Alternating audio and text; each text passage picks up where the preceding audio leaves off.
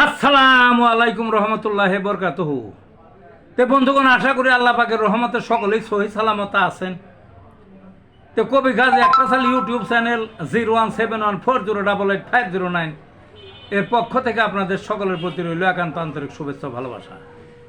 তে বন্ধুগণ, এখন আপনাদের সামনে যে বয়ানটা রাখবার চেষ্টা করব, বয়ানটার নাম হলো পুরাতন কান পাকা রোগে হোমিওপ্যাথিক চিকিৎসা। কইতে পারেন যে কান পাকা এটা আবার একটা ব্যাপার হইল নাকি, এর আবার ভিডিও লাগে নাকি? লাগে। দেখেন না, নাক কান গলা বিভাগ আছে না, এই বিভাগটা তার এমনি না, অনেক জটিল রোগী ওই বিভাগে ঘুরে, অনেকে ভালো হয় না, বুঝলেন না? তে হোমিওপ্যাথিক ডাক্তার হিসাবে আমি সেই ক্ষেত্রে বলতে চাই যে এই যে কান পাকা, এই কান পাকা কারো কারো পুজ হয়, কারো কারো রস পড়ে,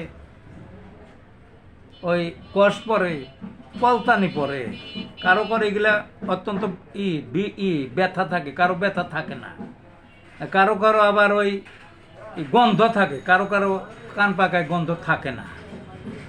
তে যে অবস্থায় থাকুক, হোমিওপ্যাথিকের মাত্র একটা ওষুধের কথা বলবো এবং তার পাওয়ারটা বলবো। এইটা আমার বাতানো নিয়ম অনুযায়ী খাইবেন, দেখবেন যে যেমন তেমন কান পাকা রোগ সেরে যাবে। ওষুধটার নাম কি? ওষুধটার নাম হইল সরিনাম।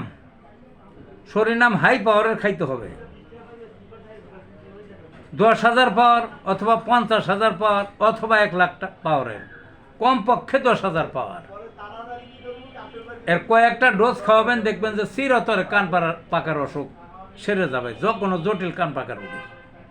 কাজেই ভালো থাকুন বন্ধুগণ।